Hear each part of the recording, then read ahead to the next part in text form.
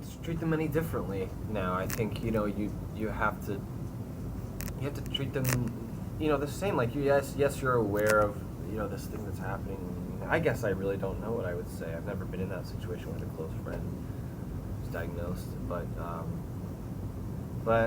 yeah, I know I couldn't tell you. I haven't been in that situation, but hopefully I'd handle it better than, at least a little more gracefully than Greg.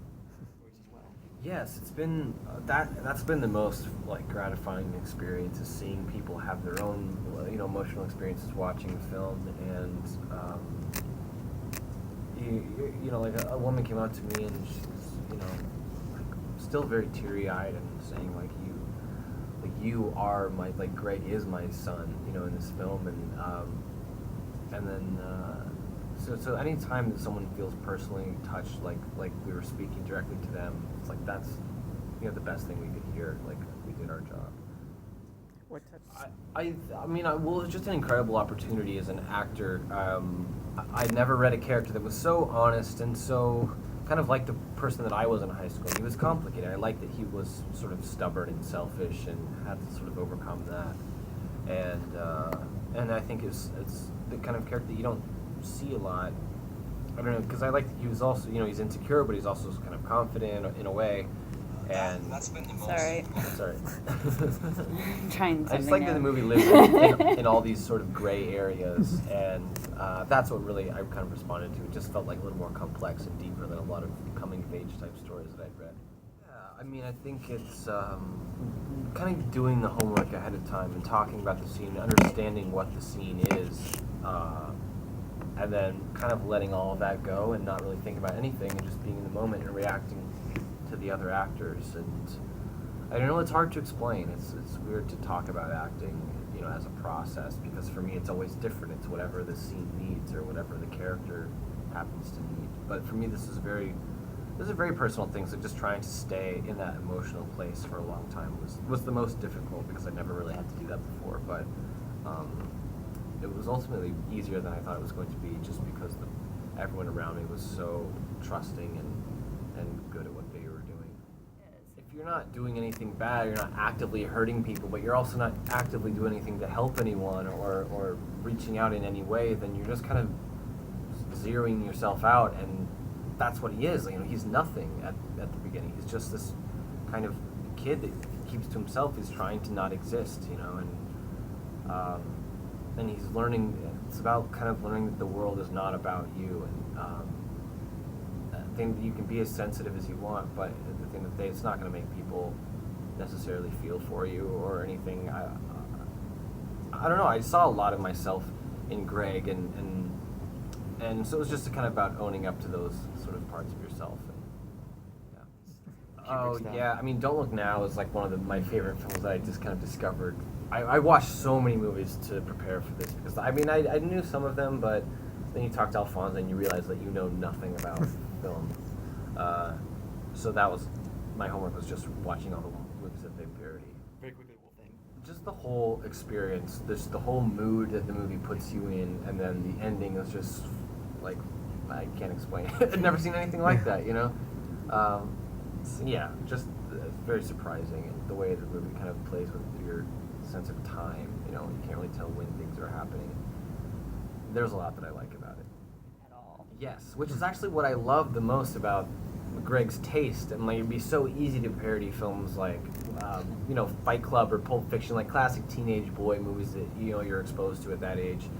But I like that their taste was so much more eclectic and weird and specific, and so I'm hoping now that kids will watch this movie and be like, what is Contempt, or what is Don't Look Now, and they'll go and hopefully watch these films and they can live on, and which is sort of what the movie's about. It's about creating something that lives on even after you're gone. I had 15 minutes to learn it. It was because we shot Burden of Screams on the first day of shooting, and we were going around in a van, just kind of picking up shots for little short films. And so I pull up to this park, and I'm wearing this white robe, and the production designer Jerry Sullivan is just talking to me in a German accent, and Alfonso's pulling up a video of Klaus Kinski, and I'm and just trying to learn it. It was the kind of thing where if you just start doing it and just be confident with it, then it's kind of ridiculous. It's like a ridiculous version of both of them, but yeah, it was. I don't know.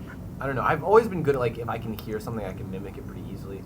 But the Herzog accent was just like listening to a lot of YouTube videos of him talking. I don't know. I don't remember actually having like my first fist fight. I still haven't had like a real fist fight. It's always like the kind of thing where you're like kind of push each other around. It starts as like, you know, like play fighting, and then it becomes like someone actually gets mad, and then you like start sort of like wrestling. But which is kind of what happens in the second fight, you know.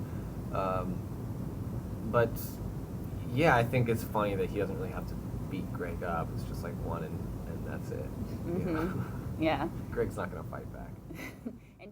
I mean, I knew that some people were gonna like it. I liked them. I had seen it once before Sundance, and I liked the movie, but I was just too close to it to really see it the way that other people saw it. And so I feel like the first time I really saw the movie was at Sundance.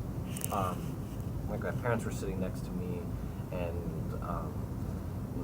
from the first like scene, and people are laughing at these jokes that we didn't even think were that funny, you know, and like, okay, the movie's working, like people are on board with this, and then the movie kind of gets quieter, and everyone got very quiet, and you start, you know, hearing, you know, people crying, and it's like it's too much to deal with. It's really overwhelming. I can't really explain. That whole week was just kind of a blur, but of great, you know, events like one after another. It was like this snowball effect, and everything was just so unbelievable. I do, yeah. I always cry at the end. Sometimes I don't, but most of the time I do. It just depends. Like if I've seen the movie. Like at Sundance, like the third time I watched it, I was like, all right. You know, I don't know, it's a weird thing. You can't really fake chemistry. You can't really fake being friends. You either are or you aren't. And I've been a part of a lot of movies where like the two girls that are supposed to be best friends hate each other, or like the two love interests don't really like each other. Everyone's just like going to their trailer at the end of the day. But I mean, everyone, not even just me, RJ, and Olivia, but the whole crew, like everyone was friends. We'd all hang out after set, and it was just a really big family. We're all just so excited to be a part of the project. We knew we were making something special, and didn't want it to end.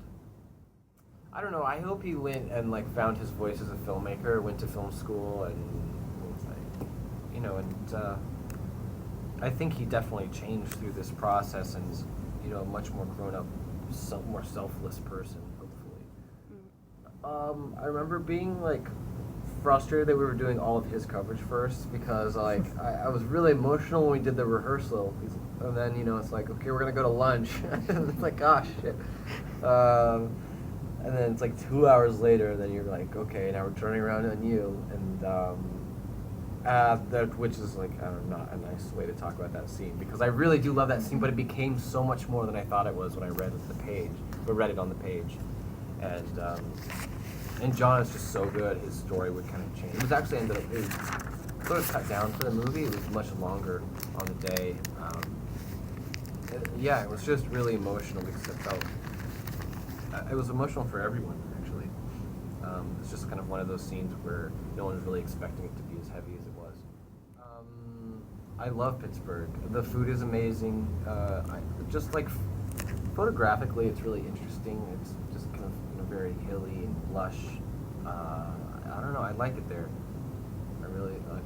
We had a lot of good times there. Well, the next thing I'm doing is a movie called Brain on Fire with Dakota Fanning. It's based on a best-selling memoir about this woman who she wasn't diagnosed. She started having these weird, unexplainable symptoms, and until a doctor realized this is rare autoimmune disease, and so it's just about this sort of descent into madness for like a couple months before anyone knows what's wrong with her. And but it's really intense movie. The kind of stuff you wanted. Oh, definitely. I mean, I feel like this movie was such a turning point for me, and so creatively fulfilling, that now I only want to do movies that feel important in some way, or that resonate with me on like a really deep level. And otherwise, I just feel like I'm doing a disservice to the director of the film if I'm not really emotionally connected to it. So yeah, we're definitely pickier now. No, I mean, I did one horror movie, but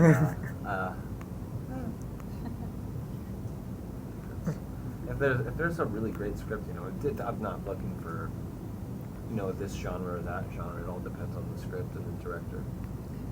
I want to work with people that are better than me. That's all it is. Shannon. I mean, they're all incredible. They're all so unique, and each brought something different to the table. Nick and Connie just were so good to me, and really kind of felt like my parents at the end of the week. I didn't want them to leave. They were only there for a short time, but Connie has this very nurturing quality, and Nick as well was very open. We had just a lot of conversations. You taught me about different kinds of scotch, and How did that come up? Was that just? Well, we went to this place called Butcher and the Rye. It was a restaurant in Pittsburgh, and they have a bunch of different kinds of whiskeys. So he's like telling me his favorites, and I mean, he's I think a spokesperson for Lagavulin, which is like a really nice scotch. Yeah, so he's just like a really funny, really smart guy, and just kind of someone that you want to just learn everything from.